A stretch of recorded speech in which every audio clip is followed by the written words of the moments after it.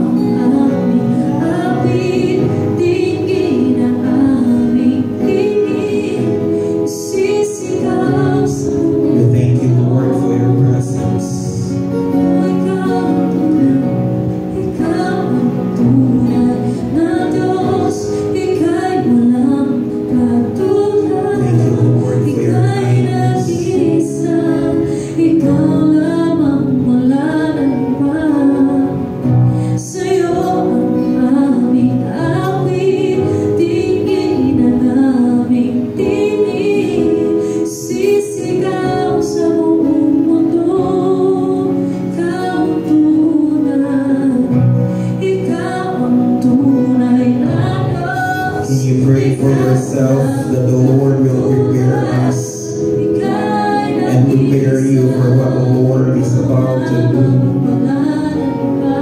Thank you, Father.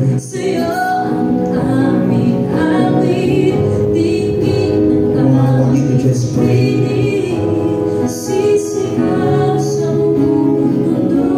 that the Lord will prepare us.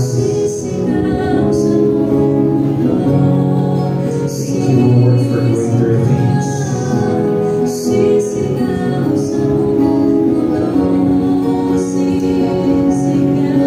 Father, we are so grateful for greater things beyond the eyes could see, Lord God. We decree and declare that your presence will move mightily within us and through us.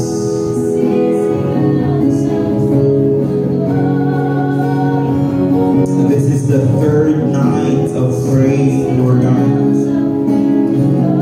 We understand that praying, we are not having an appeal to you, Father.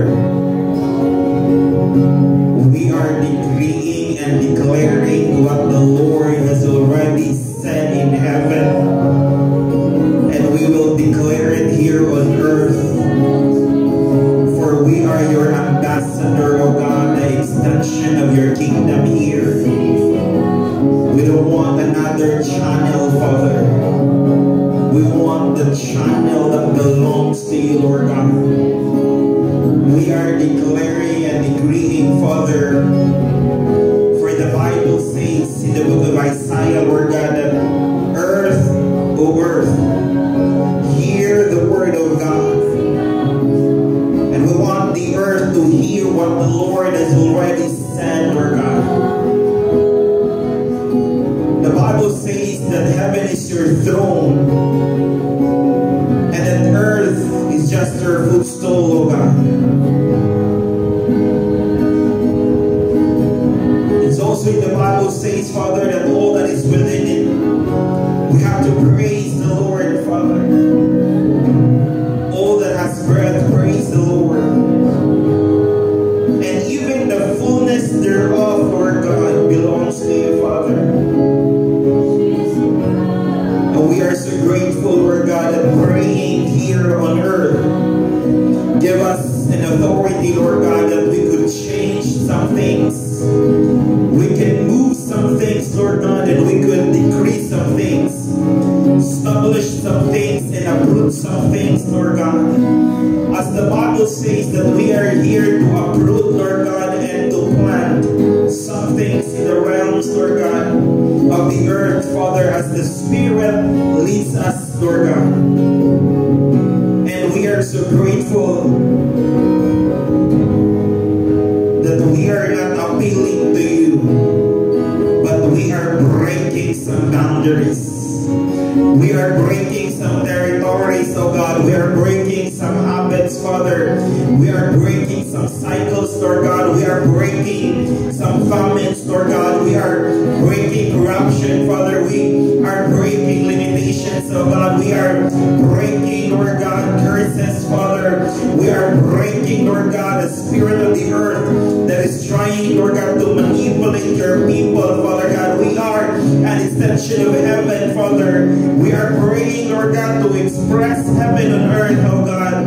We are praying, Lord God, because we want the heaven to touch the earth in order, Lord God, for there is a tremendous, a powerful, a prophetic word, Lord God, that will change the trajectory, Lord God, of this earth, Father. We decree and declare that you have given us the authority, Lord God, to name some things. To name some things, Lord God. To name some things, Lord. It's not just the word bless, Father. It is the word barak, Lord God, in Hebrew. And we are just studying, Lord, the consonant, Lord God, and just the consonant, just the letter of the word, Lord, and so many meaning, Lord God, it's so deep that we have to understand when the Bible says, bless the Lord, oh my soul, and all that is within me.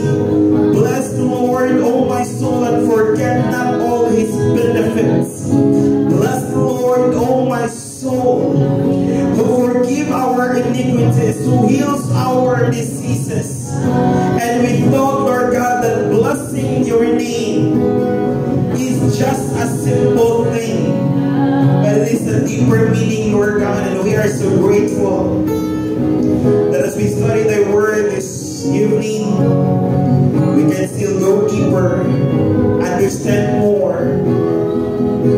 And thank you so much, Lord, that we will go beyond the boundaries to what we understand before. Father, thank you for the word. Thank you for the revelation. Thank you for everyone who's listening, Lord God, from this house, going, Lord God, to the Zoom, Father, and even, Lord God, who will ever try to review, Lord, this subject, Lord God, and this prayer, Father.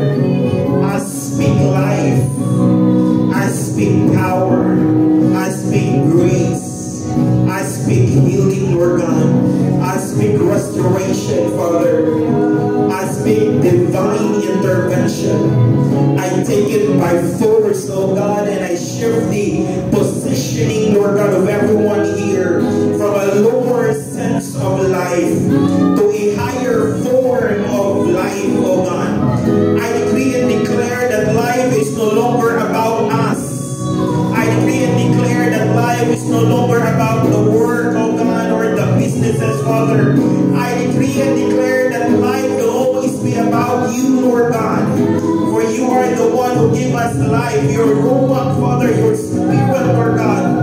And we are so grateful, Father, that greater things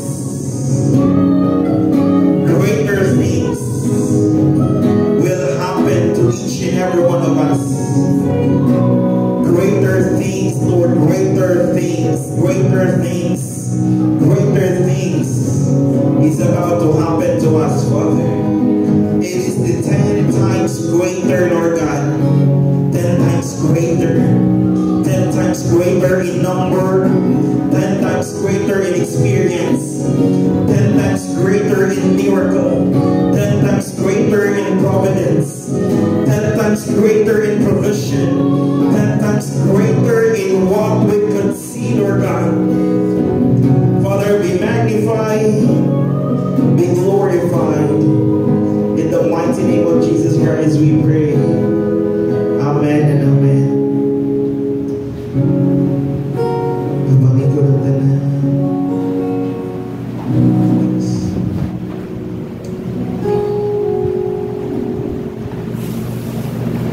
We know that things will work together for good, and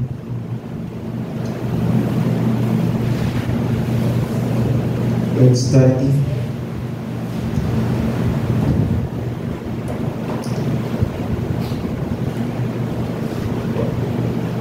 Ikan dari padulong sa lain-laing lugar.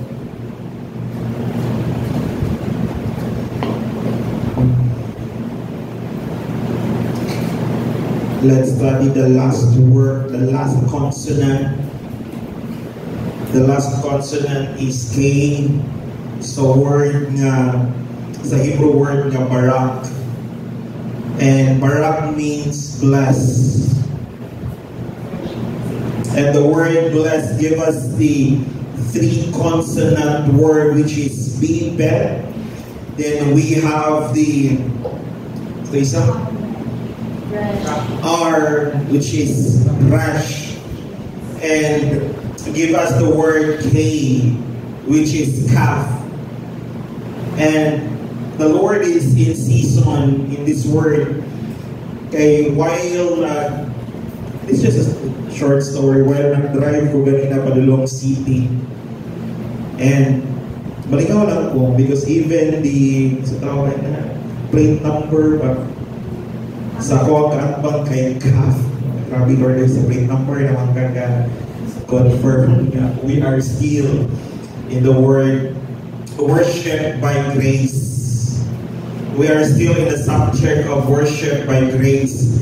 Again, worship means worthy, and ship means being one, meaning you are worthy to be one with God, worthy to be one with the grace of God, worthy to be one with the presence of God. So when we worship the Lord, we never try to excuse ourselves by saying, Lord, dili na ba ko ang ayan mo simba nimo? Dili na ba ko ang ayan mo kanta nimo kay makasasala kay ko? It's not the word worship. If you worship the Lord because of your sin, you are not worshiping the Lord. It is a confession of limitation. Every time you worship the Lord and you are using the word Lord, you are trying to insult the Lord in a sense that His forgiveness and what He has done 2,000 years ago has no power to cleanse us and forgive us in our sins. Meaning, worship happens not because you have a lot of sins. Worship happens because it is the Lord who allows you to be worthy to sing and worship and honor the Lord as He is. Handang na tayo, nagsugod pa lang ko.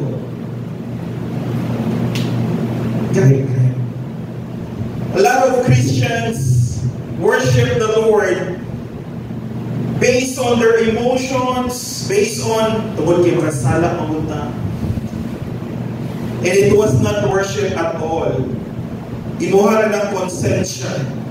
Every time you worship the Lord based on nakaisala, based on dili kaangayan, based on limitation, it is an insult to the grace of God. It is by grace that we are being saved through faith, not by works, so that no one can boast. So why not try to worship the Lord as He provides forgiveness? We worship the Lord as we have limitations. And it's not worship, it's an insult to the Lord when we worship the Lord based on our limitation. Wala man siya, di man dapat siya simbahon tuod sa imuhang kabuutan. Di po siya pwede simbahon tuod sa imong pagkadautan. You have to worship the Lord as He is. Not as what you are, but as He is. Now, we've been talking too much, but first, Beth, ato lang i-review gamay, it symbolizes house or dwelling place. Ako na nang it signifies that you are a powerhouse of God here on earth, carrying His presence and purpose. As a vessel of God's Spirit, your life is a sanctuary for His glory and a place where His will is manifested. Ako na nang sa Makadakan 1 Corinthians chapter 3 verse 16 tells us that you are the temple of the Holy Spirit and the Spirit of God lives within us. It is the Bible that telling us that the same Spirit that resurrected Jesus from the dead is the same Spirit that lives within us. So meaning the Spirit of God that is living inside of us is a power that belongs to heaven but makes sanctuary. That's why I call it a powerhouse. Tuhod kay here on earth, we are a powerhouse. The advantage of heaven or the advantage of God's purpose is in your life. The advantage of the kingdom of God is in our life. The advantage of the expansion of God's influence is in our life. Let's study karon. Now, Rash means head or leader or captain, emphasizing authority and prominence. Now, it reflects the act of bending down. Even ako sa inyo ang kapon niya, it's about bending down. And also bending down by allows you to begin something inspired, empowering you to lead the divine guidance. Dali na ta sa ikatulong. Calf. Again, there are 3 consonant letter. sa word barak. Kaf means open hand. Meaning, if we say kaf, it means you have an open hand.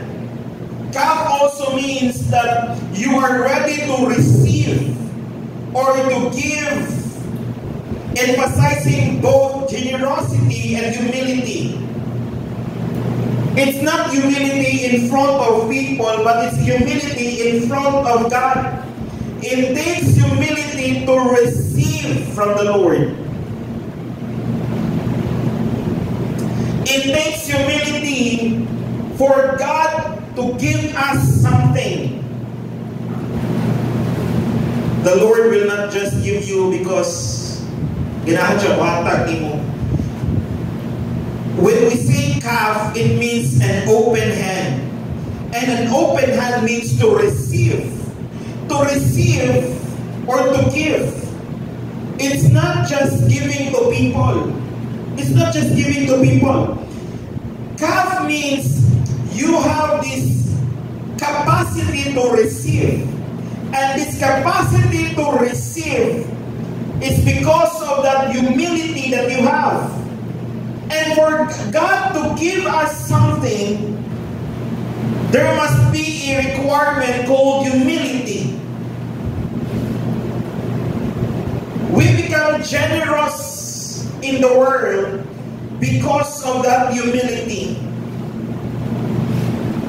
Nga naani mo din na gibuhat kay Lord. Again, akong balikon, you don't need humility in front of people. Diha atubangan sa kadaghanan. Ayaw pagpahambol-hambol atubangan sa imuhang bana. Ayaw pagpahambol-hambol atubangan sa imuhang asawa. Ayaw pagpahambol-hambol atubangan sa imuhang mga anak. It's a big no-no. Why? Humility should be done in front of God. So kung nakatubangan sa Ginoo, humble down. Again, ako balik ko na, humility is the capacity to recognize God as your source despite any challenges and situation that you are facing. Humility is to recognize God as your source. That's humility. So kung humble down ka sa imuhang bana, di nahimo na siyang source. Kung humble down ka sa imuhang asawa, sa imong mga anak, nahimo na siyang source. What we do is to respect your husband, respect your wife, respect your children, but it's not the word humility. Respect. Now the round shape. So when we say kaf, it is a round shape, circle. When you go to say it's a full circle of grace. It's a full circle of grace. Tungod kay even kaf means circle. It symbolizes a vessel ready to be filled. It represents potential, both in receiving divine blessings and in manifesting them into action. Meaning sa kaf, which is barak, parts of the word barak, and barak means blessed. And the three consonant is BRK.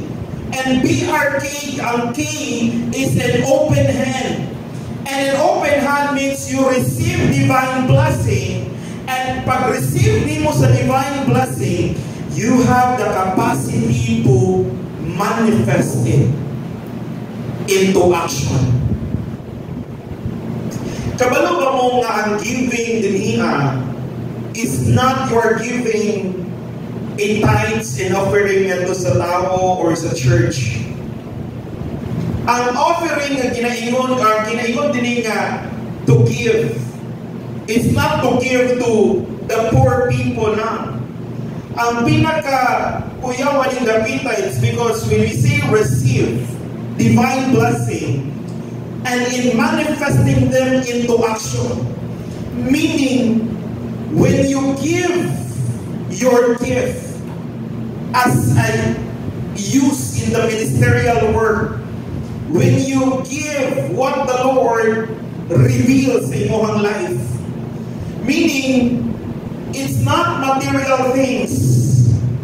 It is giving what the Lord said sa imong life. And when you act on what the Lord revealed, that's giving. Muna the reason why tutubigay kaayo ta sa tuwang life. At the end of the day, we are so exhausted. The Bible is telling us that it's not about tutubigay para sa ministry. The Lord is telling us, give unto the Lord what is unto the Lord.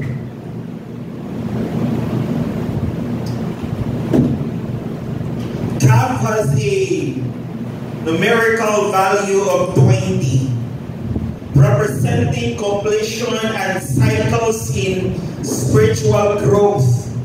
In the Hebrew thought, 20 can symbolize redemption or waiting, as seen in Jacob waiting 20 years before receiving his blessing. 20 years before receiving his blessing. 20 means redemption. Redemption means asa ka gikuha sa Ginoo, asa ka gi-redeem sa Ginoo in order for you to experience breakthrough. Redemption is applicable for people who have limitations and boundaries. When we say redemption, gi-redeem, gikuha ka ni Lord asa sa kalisod, asa gikuha ni Lord sa sala. Those are word redemption, when the Lord will pull you out into something.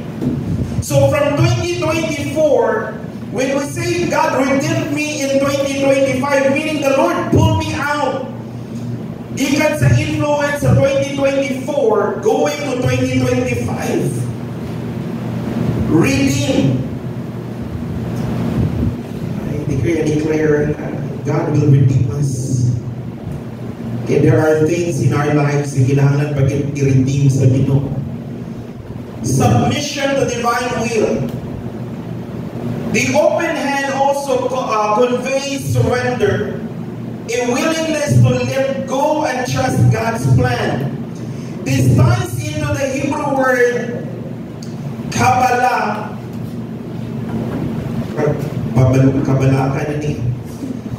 Kabbalah, which means receiving, emphasizing the posture of receiving divine wisdom and grace. So when we say CAF, it means that you are receiving something to God. And what you are receiving is not the $1 million check. But what you are receiving is the wisdom. $1 million wisdom and grace for you to work something in the grace of God. Ito na yung pagsumpay-sumpay ka. CAF symbolize the transition from potential to reality. It represents the hidden becoming revealed. When the divine blessings we receive are transformed into purposeful actions. Meaning, we thought before nga pag-worship sa Ginoo, when we say, bless the Lord, bless the Lord, O my soul, and all that is within me. When we say, bless the Lord, O my soul, and all that is within me, we thought that when we worship the Lord and bless the Lord, it's just a word. But it gives us a word of kaf, which is the last consonant of the Hebrew word, bara. Meaning, if you worship or bless the name of the Lord, na wala ka na usap, and when God is not your reality in worshiping the Lord, it's a false worship. The reality of worshiping the Lord is when you change your life, And when you receive and express what the Lord revealed sa imong life, worship is when you walk in the purpose of God. A lot of us identifies worship as singing songs. Just the Lord.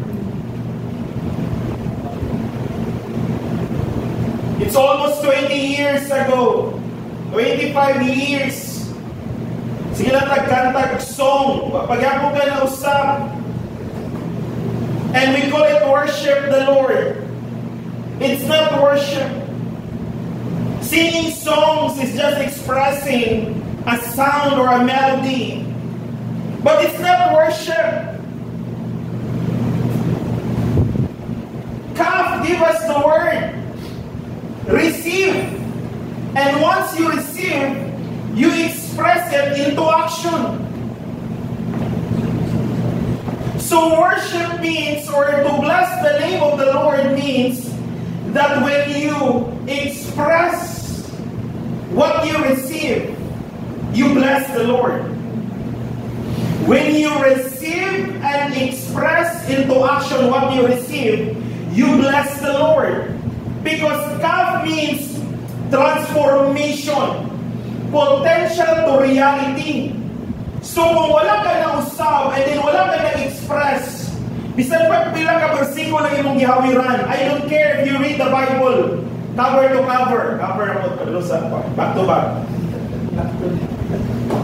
If you don't express what you receive and bring it into action, ang tawagan na, bless the Lord, O my soul, and all that is within me. Say that because of our bless the Lord, O my soul, and all that is within me. Meaning, if you will not put it into action, it's not worship at all. It is just the word barak, which means bless. Kaf means blessing and power. In the priestly blessing, the priest would lift their hands in the form of kaf to confer God's blessing upon the people. Now also creation and sustenance. The open hand reflects God's provision and sustenance as seen in Psalms 145 verse 16. You open your hand and satisfy the desire of every living thing.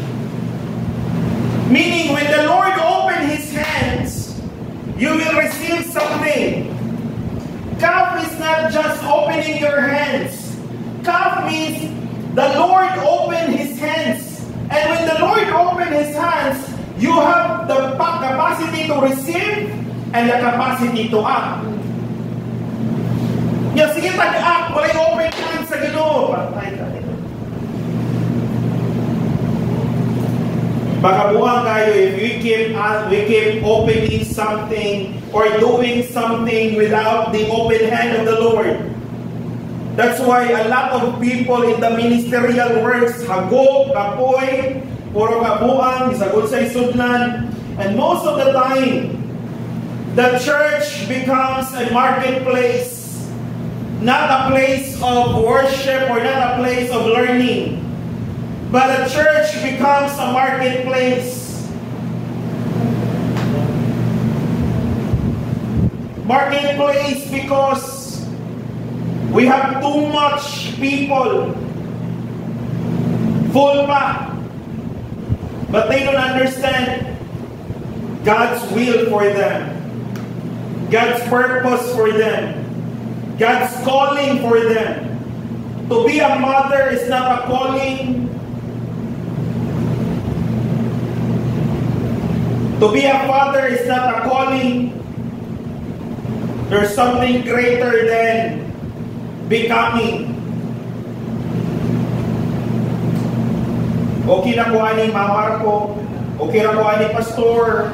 Kung inanira po, okay na po ay na po anang daghan pa kayo kuskus balingos. Total, wala naman ko gitamakan nga tao. Those are the most kanabitang familiar and popular word.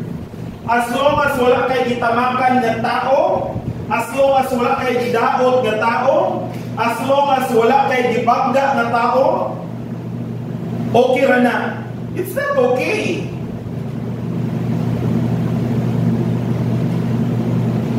You deprive the world of a potential and a gift na wala nimo gi-express tungod kay talawan ka. Sorry. People who says nga wala tayo gitamakan nga tao, na nakagitamakan, imong kaugalingon. It's an insult to a creator not doing something that will change the world. Yes, wala kay gitamakan. Yes, wala kay gidaot. Yes, wala kay kuwan. But it's an insult to yourself. Diha ka kataman. It's not about tamakan, nakitamakan ka tao, or wala kay tamakan ka tao. It's about expressing the gift and the potential of God sa imong life. It's about God. It's not about lang people.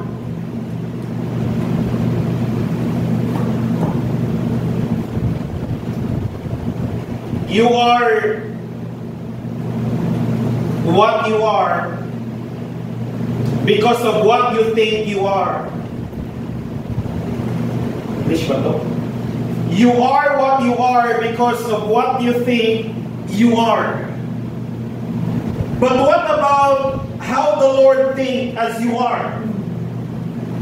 How about what God said matters most than what you think for yourself?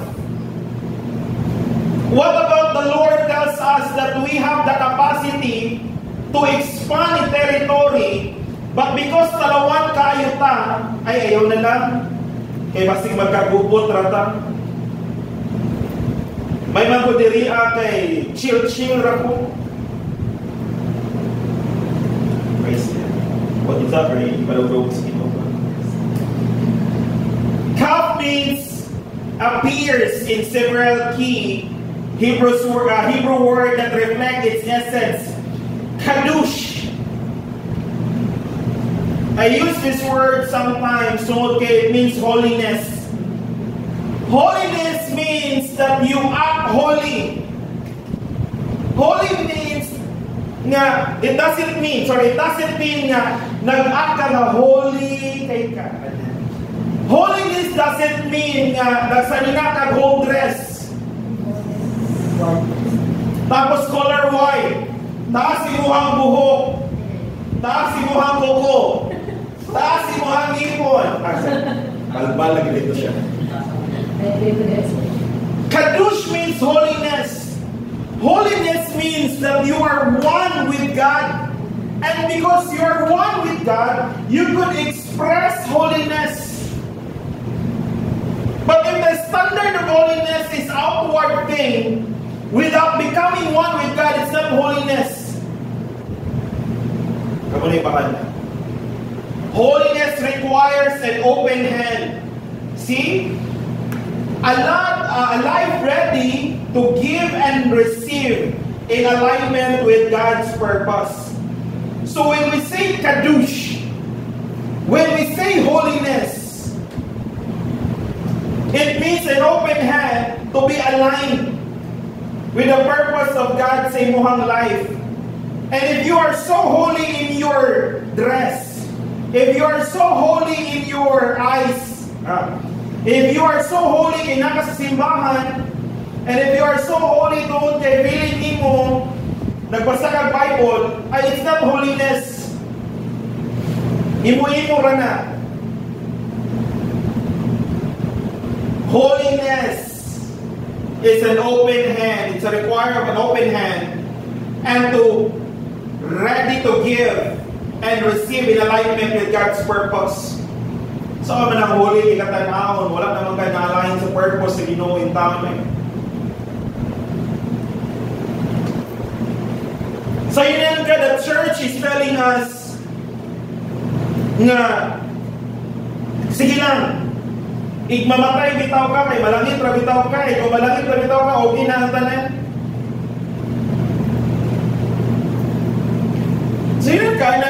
klase sa utok. We are here as an extension of the kingdom of God, an ambassador of Christ. Pero wala tayong pake. Because sige lang, malagit bitaw ta, sige lang, okay na ni. May impyerno sila, malagit ta, patay. And the second word that connects to the word kaf is kavana. It means intention. The open hand reflects purposeful action aligned with divine will. Meaning, if holiness means being one with God or aligned with the purpose of God, meaning your intention of doing something should be aligned to the purpose and will of God. It's not just nabasa niyo sa Bible. It's all about the Lord reveal it in a season. Nabasa niyo sa Bible, imuha gibuhat na patay. Nagkabuang-buang pagtanan because nabasa lang nimo. Wala naman ka gitagapan o divine connection, divine manifestation sa Ginoo nga imo nang buhaton. What if ang nabasa nimo kay tangtangay imuhang mata kung makasala? Ana doon dili ko hindi. Exception. Kadosh means holiness. Kavana means intention. Keter means crown.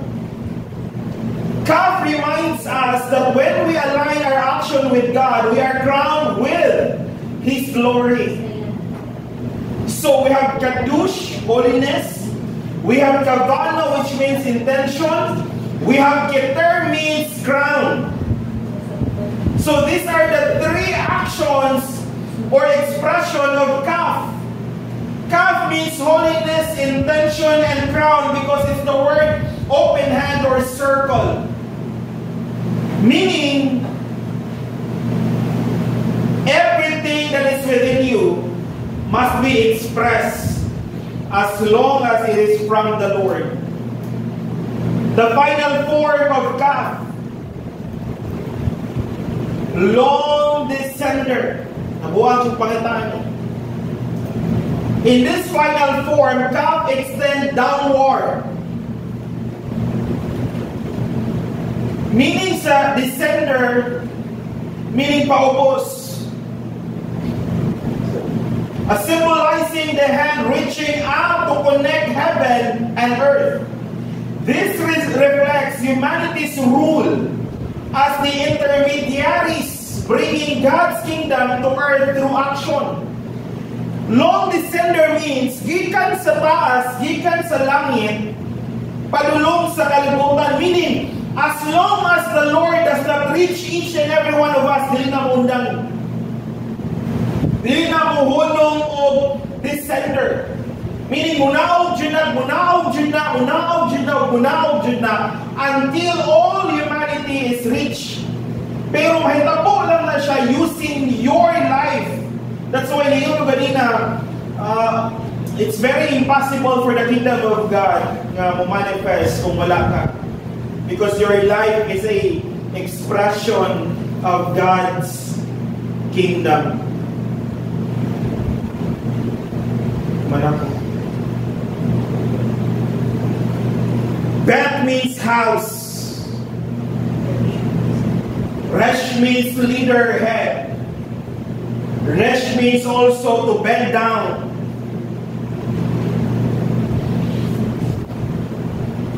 Kaf means to receive, to give, and to act.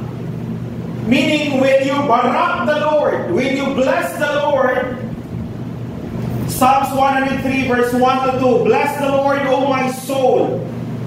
Barak the Lord, O my soul.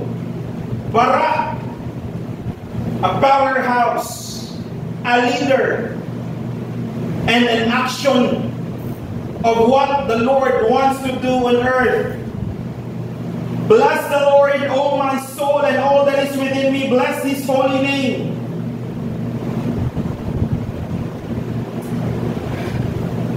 Bless the Lord, O my soul, and forget not all His benefits. Ako binibalikon. Benefits means, ako nibalikon kay parang ibawaan o batimanan din na to. Forget not all His benefit means nga imong hinumduman sa gibuhat ni Lord sa imuha sa 2024. Forget not all His benefit doesn't mean nga imong i-count ang blessing sa Ginoo. Tunig balik-balikon kay siguro ra mag-iyaw sa inyong blessing.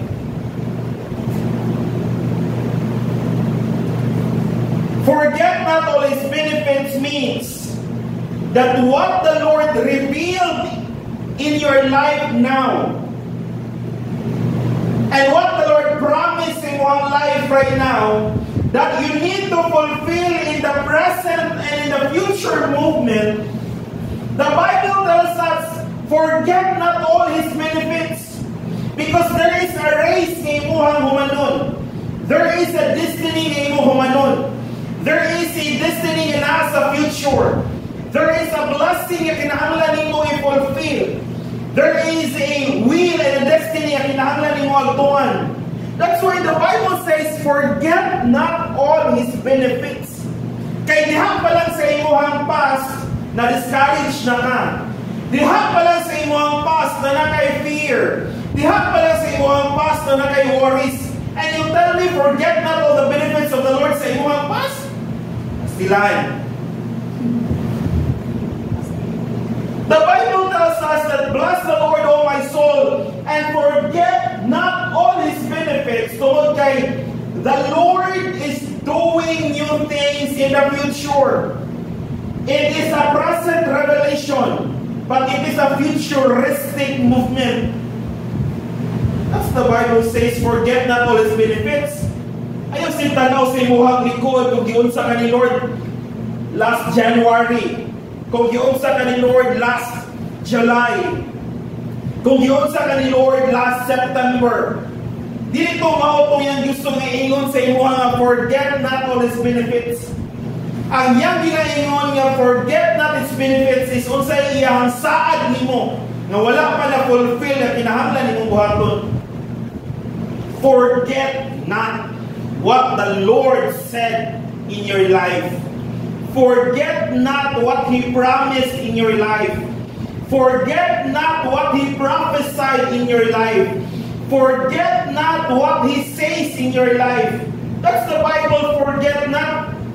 Dili kayo mag-iyak-iyak kasi muhang blessing. Kabuang na. Counting your blessing at the back insults the Lord that can do something greater than the past. Insulto sa Ginoo nga magkwenta ka sa imuhang panalangin. When He can do greater than sa imuhang past.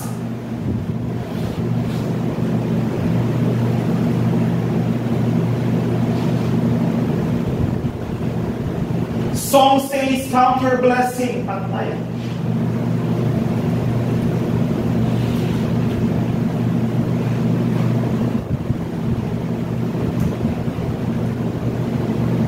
Who forgive all your iniquities, who heals all your diseases, who redeems your life from destruction, who crowns you, who crowns you with loving kindness and tender mercies, who satisfy your mouth with good things, so that your youth is renewed like eagles. The Lord executes righteousness and justice for all who are oppressed. He made known His ways to Moses, His acts to the children of Israel. The Lord is merciful and gracious, slow to anger, and abounding in mercy. Si Lord, dali ra high blood. Pantay na nila. When we say, oy, buhata jud na. Explain later. He will not always strive with us, nor will He keep His anger forever. So, delikado ni sa doktrina eh. He has not dealt with us according to our sin. Patay ko nito. Pero you read your Bible. Nor punish us according to our iniquities. Ready na po? Meaning, the Bible tells us nga wala pa niya gidil according sa imuhang sala. Oh, thank you, Lord. The Bible tells nga wala pa niya gipunish according sa imuhang mga sayop. Wala. Di ba ginagawa pasuffer ta tungkol sa itong mga sala?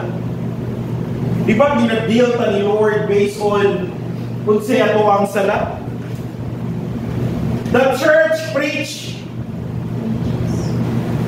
nga ang atuang sala mo'y hinungdan nga nung lisod kita. For all have sinned and fall short of the glory of God. Eh, wala naman nag-study on sa sin. Thank you, Lord. Ako balikod, the Greek word for sin in Romans chapter 3, verse 23. The Greek word of sin in Romans 23, hamartia. Hamartia comes from the word that says, missing the mark. Hamartia is a part of the game sa archery. Nga once nga wala ka hindi mo na igo ang color red anang napita, wala hindi mo na igo ang target, we call it hamartia. You miss the mark. The Bible tells us here in Psalms 103 verse 10, He has not dealt with us according to our sins, nor punished us according to our iniquities. The reason nga nung nag-suffer ta, and the reason nga nung naguba itong life, because we never do the calf. Calf means to manifest what's the purpose of God in our life. The reason nga nung nag-suffer ka, kaya wala ka sa purpose. The reason nga nung nag-lisod ka, kaya wala ka sa iyong calling. The reason nga nung napunish ka tungkol kay wala ka sa purpose o sa will sa Ginoo. The Bible tells us, Jeremiah 29:11, For I know the plans I have for you. Dili ikaw, dili ako ang nakabalo sa plano. He never dealt us with our sin. He deals us with our calling. Ay, naku, Lord. He never punishes us because of our iniquities.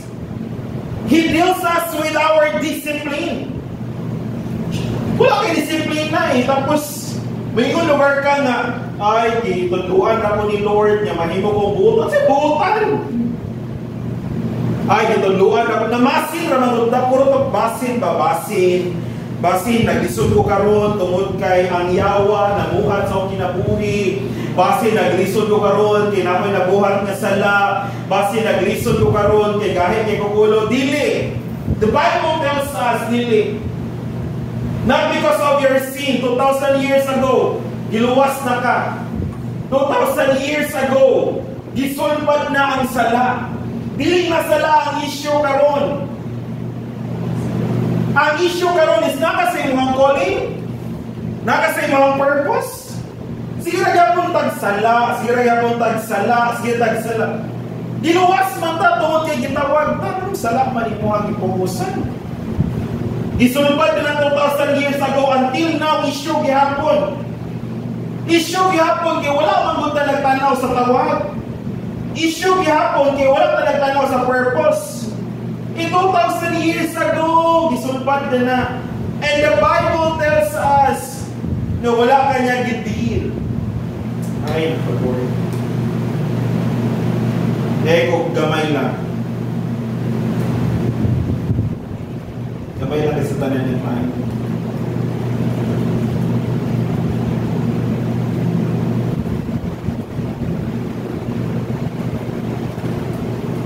Nalawag pa yung tao niya isa ka verse Romans chapter 8 verse 28. Romans 8:28 says, and we know that God causes everything to work together for the good of those who love God and called according to His purpose for them. Ay. Wala, nag-focus na nagbaluwas ang tao. Pag baluwas tao, say sunod. Chill na ta. Romans chapter 8 verse 28 says, and we know that God causes everything, katong namatay siya, katong nag-suffer siya, katong nilansang siya sa cross, to work together for our good. And those who love the Lord and are called according to His purpose for them. You are called for a purpose. You are called because the Lord wants something in the world to be done. Giluwas ka para dili lang magtog langit. Yahaya gud nato. Pero yahaya sa church. Giluwas lang para magtog langit. Giluwas para magtog langit. Wala na ka giluwas para magtog langit. Giluwas ka because there is a purpose and a calling and a mission na kinahanglan tiwason.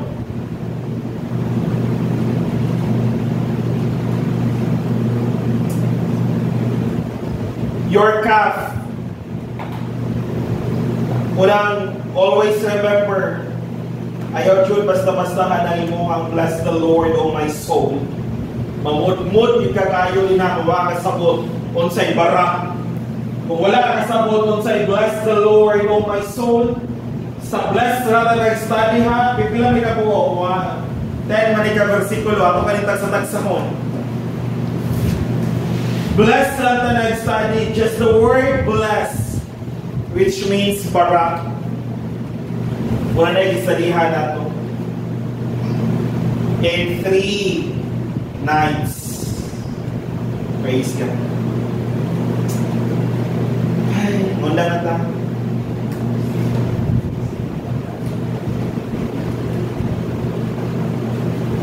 Makaluya kayo. Para kaya itong isalihan garlipong na ta. Study the Word of God. Ang balikon, the Lord never judged you. The Lord never punished you. The Lord never dealt with you. It's because of your sin and iniquities. He dealt with you because you don't understand His calling. The reason daghan kay kag sala og sayo sa imong kinabuhi kay wala man ka na-align. Wala may rason. Pero kung na-align ka, do you think napakay daghang buhatong kabuang? Sigara ingon sa church, mga igsoon dapat di kita makasala. Mga igsoon dapat maayo jud ta. Mga igsoon dapat di ka mabuhat og dautan. Makabuhat man jud dautan, makasala man jud ka, it's because wala ka sa purpose o sa calling sa Ginoo. Pero wala ka gidil ni Lord tungod sa imuhang sala o sa imong iniquities. Gidil ka niya sa imuhang calling o sa imuhang purpose. Gidil ka niya sa imuhang calling o sa imuhang purpose. Ako kinibalik-balik ko. Diba si Deo nagkarat ng Zoom? Tapos wala ilalunggan. Ananunggan nila kay wala inabot si Lord sa imong sala. Tapos nagawa sila. Halawin na unsa naman itong buhali nga wala naman na ilabot na Ginoo sa itong sala. You read your Bible. 2,000 years ago, gisulpad na ng sala. 2,000 years ago, gibayran na ni Jesus, issue pagyapon ng nimo. Ang issue karon, dili na may tungod sa magpasaylo pa ba ni Lord akong sala? Ang issue karon is, naglakaw ba ka sa purpose ni Lord?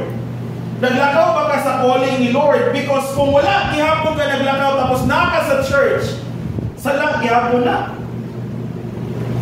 We have omission and commission eh. Omission means, you know what is right to do, but you never do it. Sin. Omission. Commission means imuhang giat. Kabalo kang sayo, gibuhat ka din mo. There are two kinds of sin. Tapos ikaw, nag-focus lang ka sa gibuhat sa imuhang silingan. Praise God. Gibuhat sa imuhang amigo. Grabe na kayo makasasala ang kalibutan. Karon yan nag-focus ba na ituod ta?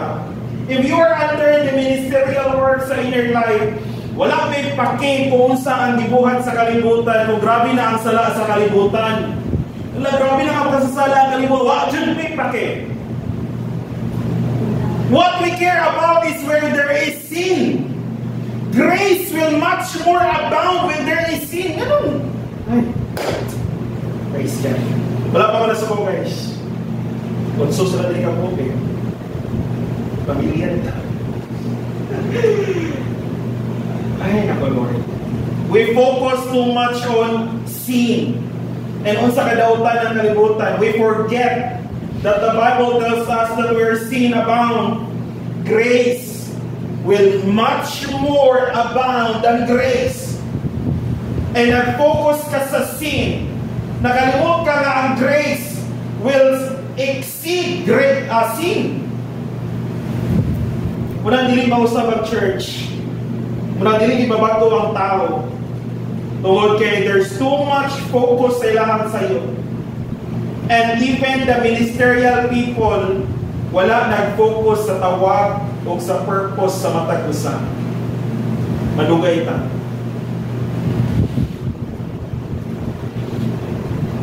Seven nights of divine cultivation. Pasok yun niya. Pasok yun. Sakit yun kayo. Let's all stand, let's pray. Pwede lang mag-inhawa.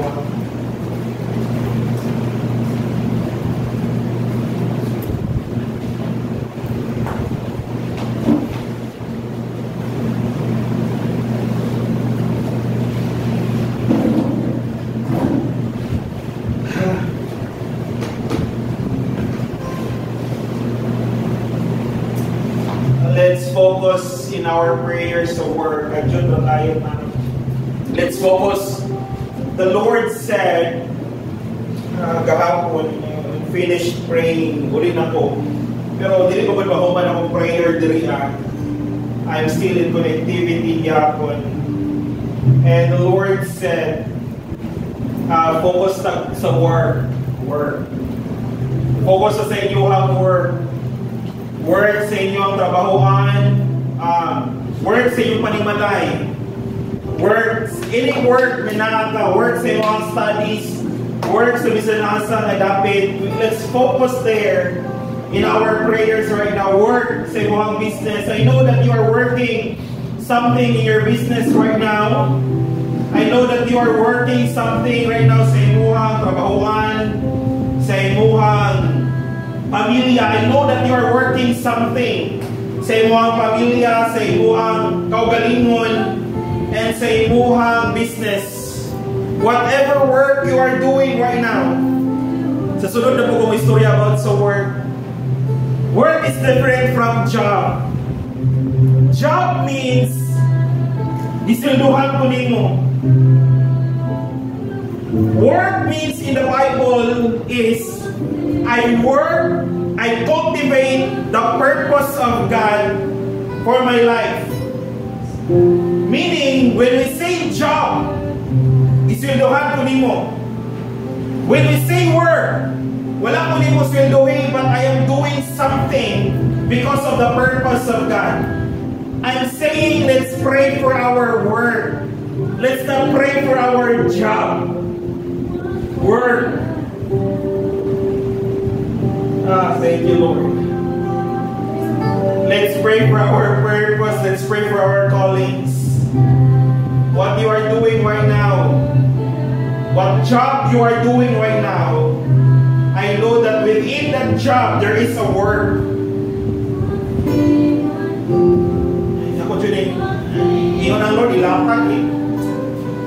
Within your job, there is a work. Ang upasabot ni Lord is sometimes we kauban sa tuang work. Dili mo trabaho mo pray sa imong kauban sa trabahoan. Dili mo trabaho ang pag-advise sa imong mga kauban, but because it is a work, a calling and a purpose, you still do it. We call it work. Wala kay sweldo din ha, but it satisfies you. Okay, thank you, Lord. Come on, let's pray. Let's pray that there will be a clarity of the work the Lord has given us. The work in our family, the work in our businesses, the work within our job, the work within our studies. Come on, just pray that the Lord will work it out, and the Lord will work something greater within you. That your barak, barak means to create, barak means to bless, and the Lord already blessed what you create based on the work within you. I'm gonna just pray clarity of your calling. Lord, what you are working within my family. So I'm gonna work out din mo, Lord, sa mong pamilya right now. What you are working out, Lord God, sa ako ang kaugalingon right now, Lord. What you are working it out, Lord, in our job, in our businesses. What you are working it out, Lord. Yung kinahanglan na ako ma-recognize, kinahanglan na ako i-work out pag-ayo so that a lot of people will be blessed. Thank you, Father. Hallelujah. Come on, just pray. Thank you, Lord. Yes. Thank you, Father.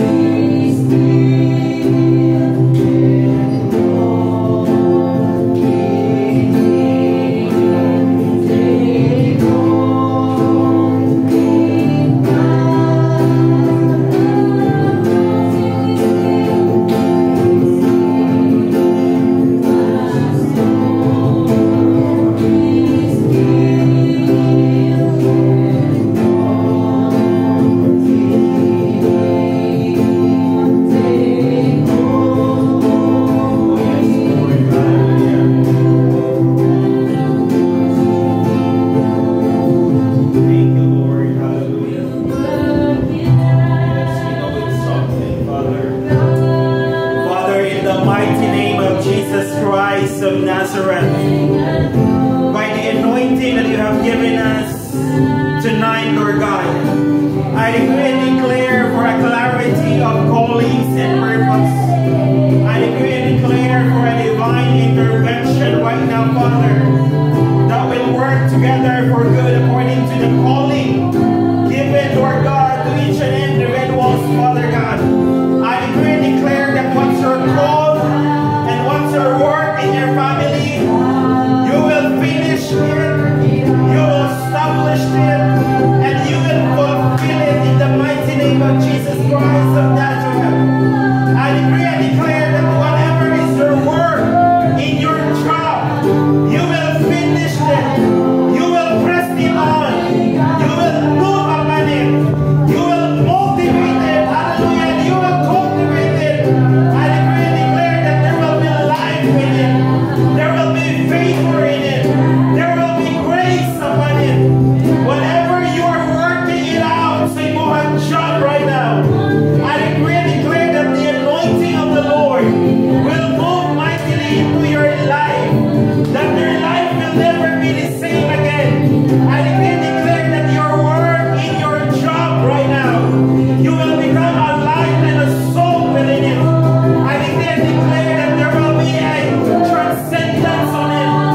You will increase in the mighty name of Jesus Christ. You will solve it. You will have solution because of the word of God inside your job. I decree it. I declare it. You will never give up. You will never be stressed. You will never be depressed. You will never have anxiety because of the work of God within your job. You will arise. Or you will transcend. Or you will travel in the realm of the Spirit in order to fulfill it. Thank you, Lord. Hallelujah. Whatever that you're working it out right now in your businesses, I decree and declare that you will have wisdom, knowledge, and understanding. You will prosper on it. You will transcend on it. I decree and declare that your hands is blessed. I decree and declare that you will have the barak. You will have the bed. You will have your rush. You will have your cap. As you work it out for the glory of God, as you express it, as you act on it, I decree and I declare that your business will never be the same again. Oh, from the small things, it will multiply. Oh, yes, Lord God, you will work it out because there is a way out of no way. Thank you, Lord. Hallelujah. In your studies, I decree and declare that within your study there is a work. I decree and declare that the work within your study, that you will bring a lot of people to God, that you will align more of your classmates, of the people around you, whether your professor will come to the Lord because of the work within your studies. Oh God, we thank you for your presence. Lord, we thank you for your promises, oh God. Hallelujah. Thank you, Father. God, we are working it out because of your revelation. We are working people in this place, oh God, because we know that this is a place where purpose and calling is being aligned, Father. We know that this work is not easy, Lord God, but it doesn't mean it's impossible. It's not easy, but we know it is possible, God, because you will never leave us nor forsake us. You will always be with us. And you said in your word, God, that you will always be with us even to the ends of the earth, even to the ends of this work. You will be with us, Father. We know that you are with us because people are coming back, and we know areas and locations, because they are seeking for a purpose. They are seeking for a call. They are seeking for a satisfaction, God. They are seeking for a fulfillment within them, Father. And we know that everything is within us. But a lot doesn't know it, Lord. A lot of people doesn't know it, Father. That satisfaction and fulfillment and contentment, Lord God, is living inside the purpose and the calling you have given us. We know that we are a powerhouse here in Cagayan de Oro City, God.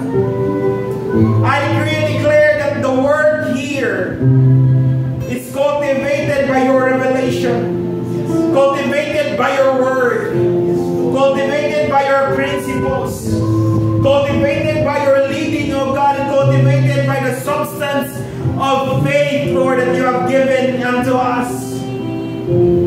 All the things that we're doing, Lord God, even the service this coming Sunday, I decree and I declare that this is part of the calling. This is the part of, Lord God, of the work that we need to do, Father. And we are so grateful for it, Lord God. Thank you so much, Father, for the revelation. Lord, I bless everyone that is listening to us right here, right now, Lord God. Even in the Zoom, Father. I decree and declare that they will have their portion. I decree and declare that they will have their own experience, Lord God, where they will testify the greatness, Lord, that they will experience in this very season, oh God. I decree and declare that your past is already detached in yourselves. Whatever happened in the past, I detach you from those things. I detach you from those experiences. I attach you into your work. I attach you into your calling. I attach you into your purpose. I decree and declare that this is a season of a new things in your life and new experience in your life. I decree and declare that your past will never define you. You will learn from it, but it will never the totality of your life. There's still something that we need to work out in the future and in the present moment. Focus on it. Thank you, Lord. Father, thank you for this very evening, Lord God. Whatever things that needs clarity, clarify it to the mind of your people. Thank you that you will continue to speak to them more than how I explain it, more than how I executed it, Lord God. I decree and declare that you will do more than what I have done, Father God. Now to him who is able to do exceedingly abundantly above and beyond what we could ask or think for, according to the power that is living inside of us. May the gracious presence of the Holy Spirit unite us into our work. May the presence of God lead us into the greener pasture. May the Lord prepare a table in front of our enemies. May the Lord anoint our head with oil. And surely goodness and mercy shall follow us all the days of our lives. Now all glory, honor, thanksgiving, and authority belongs unto you, Lord God. In the mighty name of Jesus Christ we pray.